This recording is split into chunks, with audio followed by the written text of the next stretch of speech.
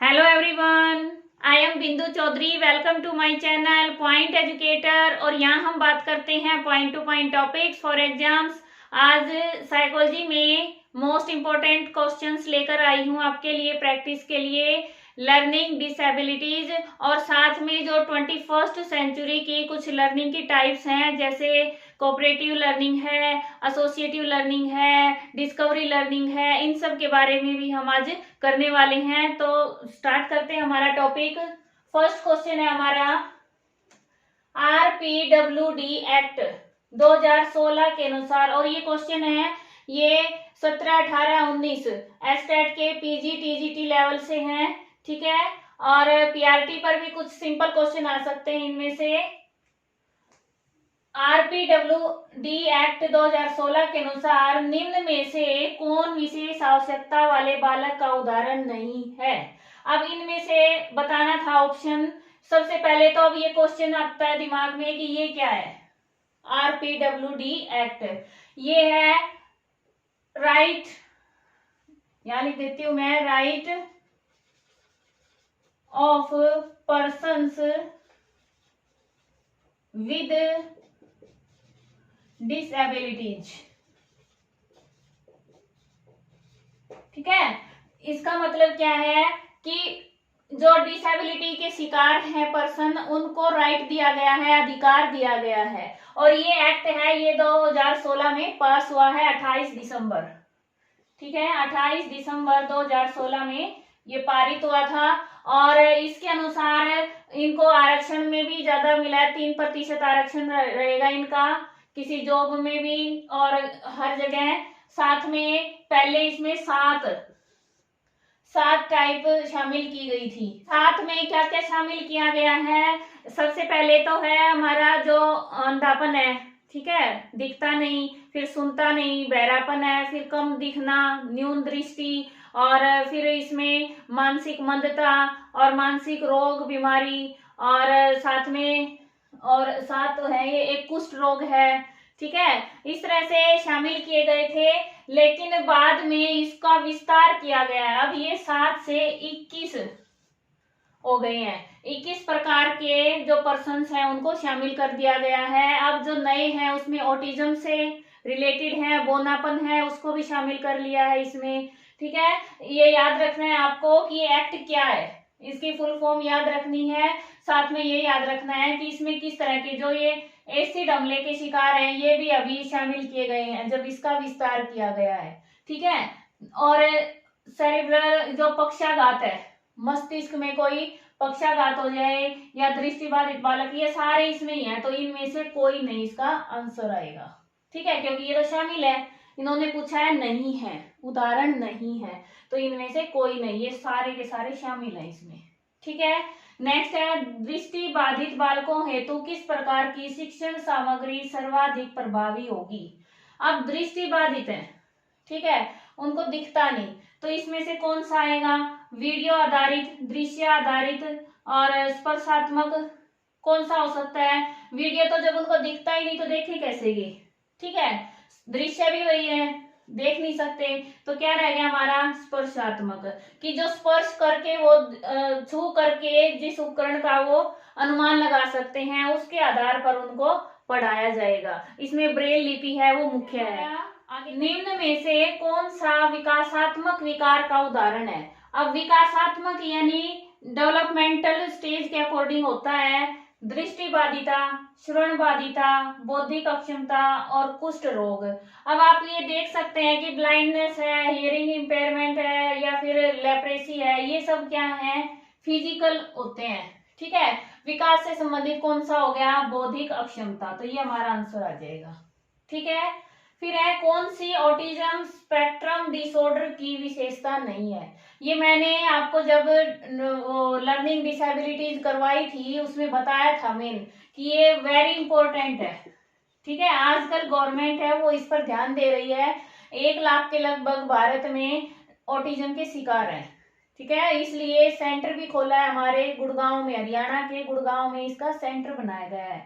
तो ये क्या है कि ऑटिज्म जो ये है बीमारी, एक तरह से मेंटल डिसऑर्डर है, इसका क्या विशेषता नहीं है इनमें से? देखने और सुनने की समस्या, सामाजिक अंतःक्रिया में समस्या, शाब्दिक और अशाब्दिक संप्रेषण में समस्या, और आवर्त्यात्मक, यानी आवर्त्यात्मक होता है कि वही व्यवहार बार बार करना, ठीक है, बोलना, रोबोट की तरह बोलना, इस तरह से हो जाता है, बारंबार व्यवहार करना। इनमें से क्या नहीं है? जो देखने और सुनने की समस्या है ना, ये नहीं है, बाकी ये सभी हैं, ये ऑटिज्म की विशेषता है। ऑटिज्म के जो शिकार हैं उनमें ये विशेषता पाई जाती है। इनको ध्यान से देख लेना, पेपर में फिर पूछा जा सकता है, ठीक है। और करेंगे, अधिगम अक्षमता शब्द का सर्वप्रथम प्रयोग किसने किया? लर्निंग डिसेबिलिटी जो शब्द है, वर्ड है, इसका सबसे पहले प्रयोग किसने किया? इसमें मैंने ऑप्शन नहीं लिखे हैं क्योंकि हमें सीधा आंसर याद रह जाएगा, ऐसी वो नहीं है, ठीक है ना। सैमुअल किर्क, इन्होंने सबसे पहले इसका यूज किया था, वर्ड का। फिर है पठन अक्षमता, पठन यानी रीडिंग, रीडिंग अक्षमता, डिसेबिलिटी के लिए प्रयोग किया जाने वाला शब्द या पद क्या कहलाता है? डिसलेक्सिया। ये मैं आपको करवा चुकी हूँ, डिसलेक्सिया कहते हैं। फिर है गणितीय गणना संबंधी अक्षमता क्या है? लोकोमोटर डिसेबिलिटी, लर्निंग डिसेबिलिटी यानी अधिगम अक्षमता है, बौद्धिक अक्षमता है, या विजुअल दृश्यात्मक अक्षमता है? क्या है इसमें से? अब लोकोमोटर क्या होता है? जिसके लेग में दिक्कत होती है ना, वो लोकोमोटर डिसेबिलिटी है, जो चलने में असमर्थ है, ठीक है। तो इनमें से क्या आएगा? गणितीय गणना किस में आएगा? Learning disability. और इसका नाम क्या था भाई? डिसकैलकुलिया, कैलकुलेशन यानी गणना करना, डिसकैलकुलिया है इसका नाम, गणना संबंधी अक्षमता, लर्निंग डिसेबिलिटी, ठीक है। और देखिए से कौन सा कथन सत्य नहीं है? आप भी साथ साथ पढ़ के आंसर सोचने की कोशिश किया करो। बौद्धिक अक्षमता एवं अधिगम अक्षमता दोनों समान है। जो इंटेलेक्चुअल डिसेबिलिटी है और लर्निंग डिसेबिलिटी है, दोनों समान नहीं है, ठीक है, दोनों समान नहीं है। फिर है अधिगम अक्षमता युक्त बालक की IQ, बुद्धि लब्धि है, वो निश्चित रूप से 70 से कम होनी चाहिए। बौद्धिक अक्षमता 18 वर्ष की आयु से पूर्व होती है। बौद्धिक अक्षमता एवं अधिगम अक्षमता दोनों ही विकासात्मक अक्षमताएं हैं। अब ये क्या है कि भाई इनमें से बताना सत्य नहीं है। अब आप देखो, सबसे पहला कथन है कि बौद्धिक अक्षमता और अधिगम अक्षमता दोनों समान नहीं है, बिल्कुल सही बात है। मंदबुद्धि बच्चा है, उसमें लर्निंग डिसेबिलिटी है नहीं है, या तेज बुद्धि है, इसका अलग अलग, दोनों ही अलग अलग है, तो ये हमारा राइट है, हमें तो गलत छांटना है। अधिगम अक्षमता युक्त, इसको बाद में देखते हैं। बौद्धिक अक्षमता 18 वर्ष की पूर्व होती है, तो ये भी सही है, ठीक है, उसको कुछ आएगा ही नहीं। अगर मंद बुद्धि है, जड़ बुद्धि है, तो पढ़ते समय पता चलेगा इसका। फिर है बौद्धिक अक्षमता एवं अधिगम अक्षमता दोनों ही विकासात्मक अक्षमताएं हैं, दोनों ही विकासात्मक है, डेवलपमेंटल में पता चलता है, ठीक है, ये भी हो गया। अब कौन सा है?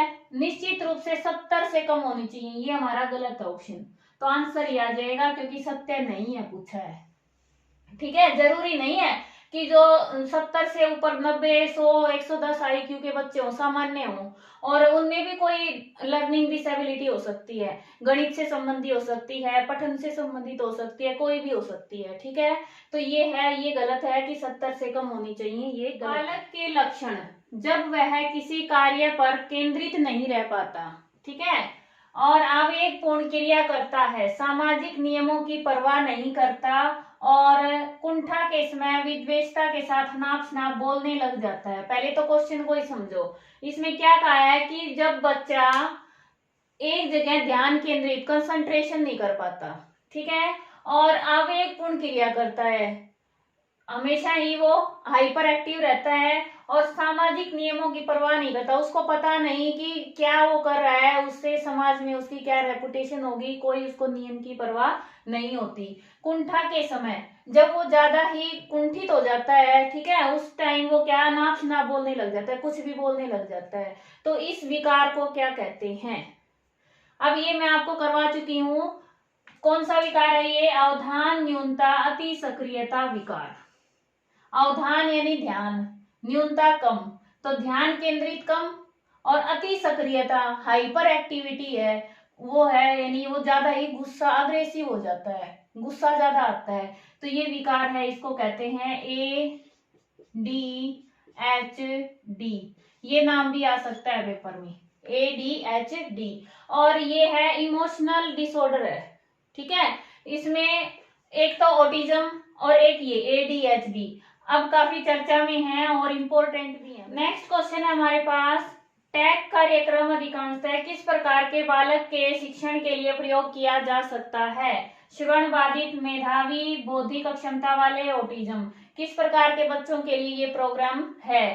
तो इसमें आंसर आएगा ऑटिज्म, ठीक है। इंपॉर्टेंट है इसलिए इसको आप याद जरूर रखें। ऑटिज्म को हिंदी में कहते हैं सवलीनता, सवलीनता हिंदी में नाम आ सकता है, ऑटिज्म इंग्लिश में रहेगा, ठीक है। और इसका एक और नाम है ऑटिज्म स्पेक्ट्रम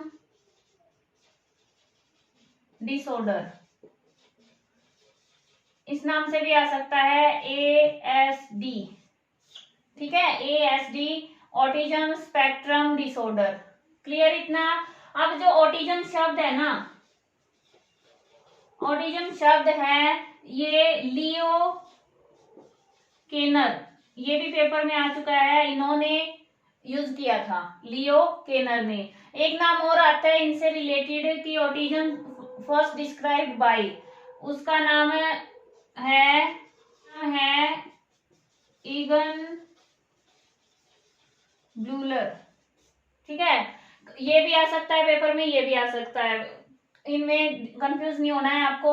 अब बात आ गई, ये तो पता चल गया कि ऑटिज्म है, इसका नाम क्या है पूरा, और इसकी मैंने विशेषता बता दी थी आपको पहले। अब ये प्रोग्राम क्या है? टैग प्रोग्राम है, ये किस तरह से है, इसकी फुल फॉर्म क्या है? Treatment and education of autistic communication handicapped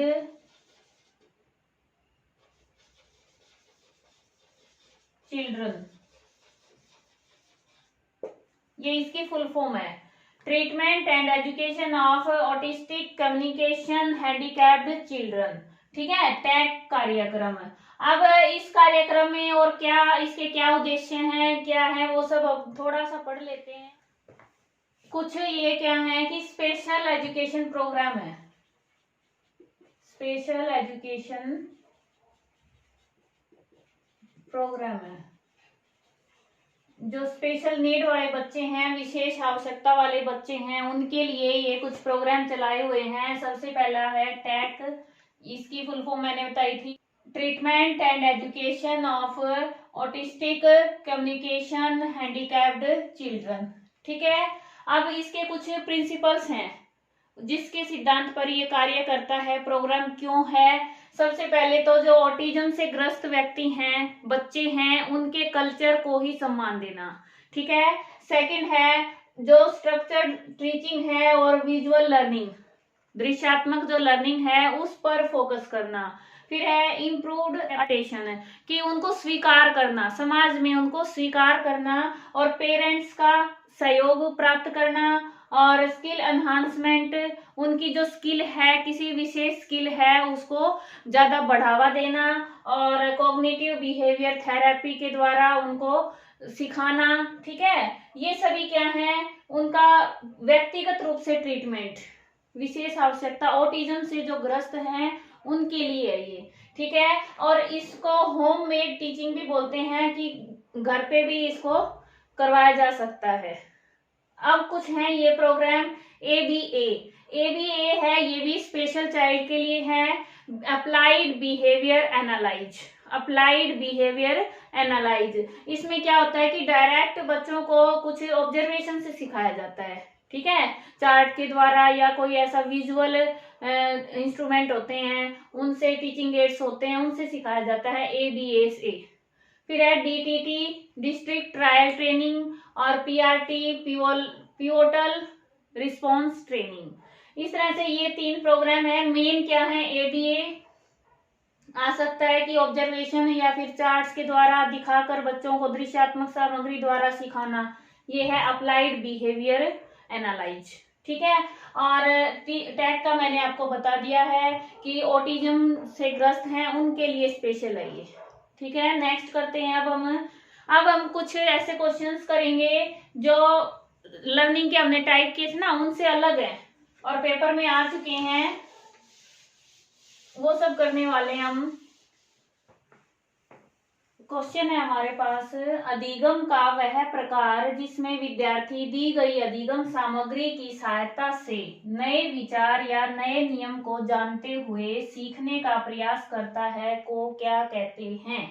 ये जो हमने अब तक किए हैं, लर्निंग के टाइप्स किए हैं, वो सभी पिछली सदी के हैं। ठीक है, 20वीं सेंचुरी के हैं।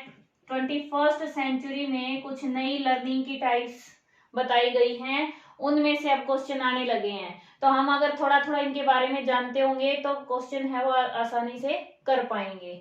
अब ये क्या बता रहे हैं कि लर्निंग का ऐसा टाइप जिसमें बच्चों को अधिगम सामग्री दी गई है, उसकी सहायता से नए विचार और नए नियम को जानते हुए सीखने का प्रयास किया जाता है।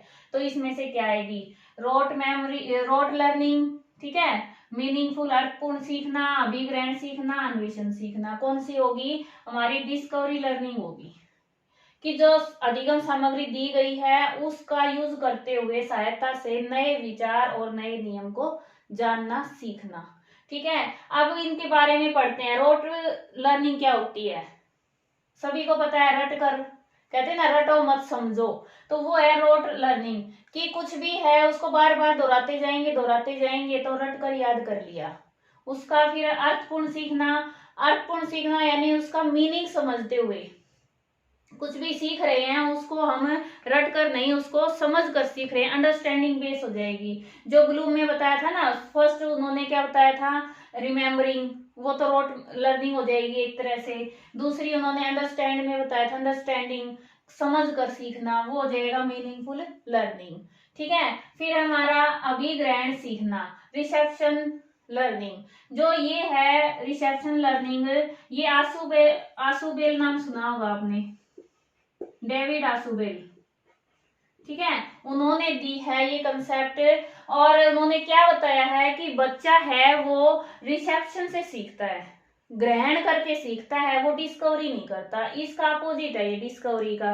उन्होंने ये बताया कि बच्चे को जब कुछ प्रस्तुत किया जाए, प्रेजेंटेशन होती है ना, वो मेन बताइए, उस पर फोकस किया है कि जब प्रेजेंटेशन अच्छी होगी, जितनी अच्छी होगी उतना ही अच्छे से लर्निंग होगी।